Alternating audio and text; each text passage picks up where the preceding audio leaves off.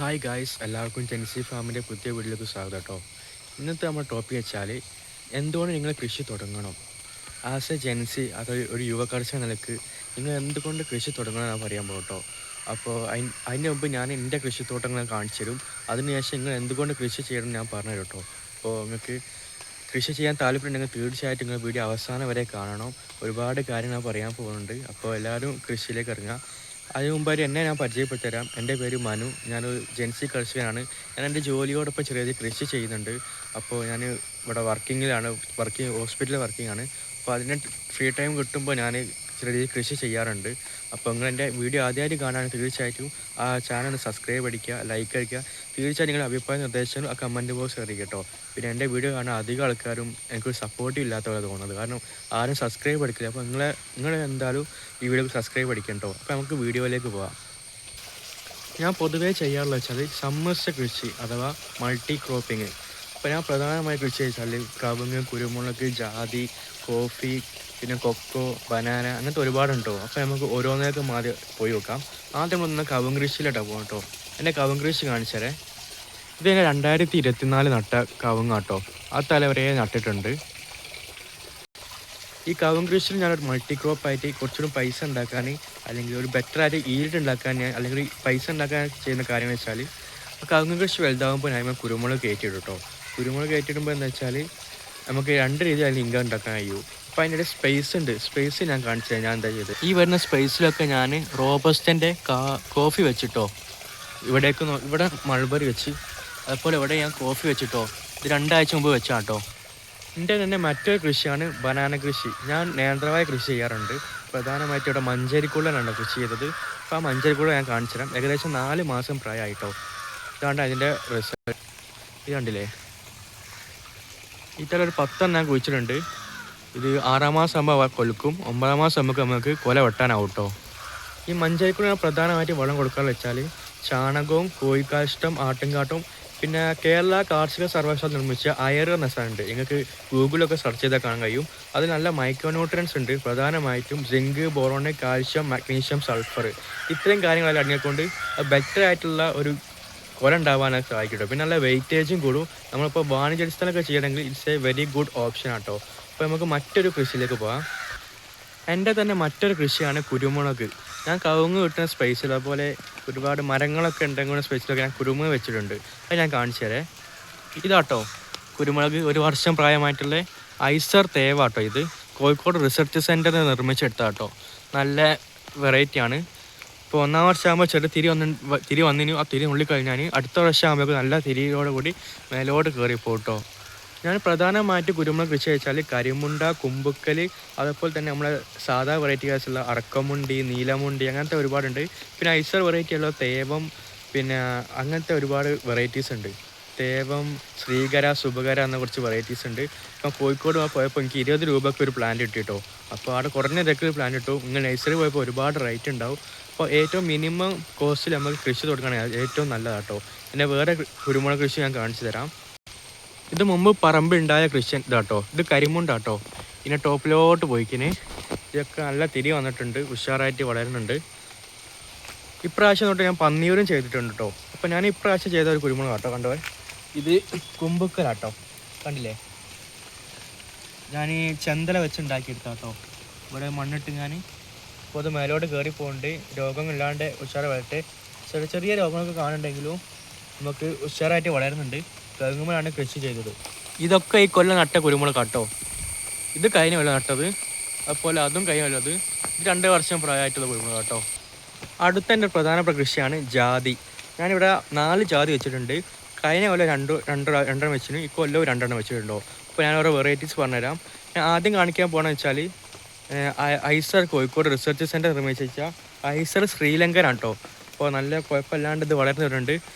അപ്പോൾ ഞാൻ കാണിച്ചു ഇതാട്ടോ ഐസർ നിർമ്മിച്ച് വെച്ച ഐസർ ശ്രീലങ്കന്. ഇത് കുഴപ്പമില്ലാണ്ട് വളരുന്നുണ്ട്. പ്രാവശ്യം നല്ല രീതിയിൽ വളമൊക്കെ കിട്ടിനു. പുതിയ തൂമ്പ് വരുന്നുണ്ട്. ഇനി ഐസർ വേറെ വെറൈറ്റി ഉണ്ട് കേട്ടോ. ഇതും അതുപോലെ നിർമ്മിച്ച ഐസർ സിന്ധുശ്രീ ആട്ടോ. ഇത് നല്ല രീതിയിൽ ഗ്രോത്ത് ഉണ്ടാവും കേട്ടോ. ഇത് കുറഞ്ഞ വിലക്ക് നമുക്ക് ഐസർ കോഴിക്കോട് റിസർച്ച് സെൻറ്ററിൽ കിട്ടും കേട്ടോ. അപ്പോൾ നിങ്ങൾ ഒരു നഴ്സറി പോയിട്ട് ഒരുപാട് റേറ്റ് നോക്കി വാങ്ങണമില്ല. അവിടെ പോയാൽ നല്ല മിനിമം വില കിട്ടും കേട്ടോ. ഈ ജാതി കൃഷിയൊക്കെ ഞാൻ എന്നാലും കുറച്ച് ഭാവിയിലേക്ക് നോക്കി ഞാൻ ചെയ്തതാണ്. ഇപ്പോൾ എനിക്ക് ഏകദേശം 21 വയസ്സായി. അപ്പോൾ എനിക്കൊരു കുറച്ച് 4-5 വർഷം കഴിഞ്ഞാൽ തീർച്ചയായിട്ടും അതിൻ്റെ ഒരു ഈൽഡ് നമ്മൾ പ്രതീക്ഷിക്കാൻ കഴിയും. അടുത്ത വർഷം തൊട്ടുണ്ടെങ്കിലും അടുത്ത വർഷം എന്തായാലും കായ് ഉണ്ടാലും തുടങ്ങും. അപ്പോൾ ഹൈറ്റ് വെക്കുന്നതനുസരിച്ച് കായിൻ്റെ കൂടും. പിന്നെ പത്രികയൊക്കെ ഇപ്പോൾ നല്ല റേറ്റ് ഉണ്ട്. അപ്പോൾ എന്തായാലും നിങ്ങൾ കൃഷി ചെയ്യുകയാണെങ്കിൽ ജാതിയും കൂടി ഉൾപ്പെടുത്തണം കേട്ടോ. പിന്നെ ഞാൻ പറഞ്ഞ പോലെ സമ്മിശ്ര കൃഷിയാണ്. എൻ്റെ ചുറ്റുപാട് നിങ്ങൾക്ക് കാണാൻ കഴിയും.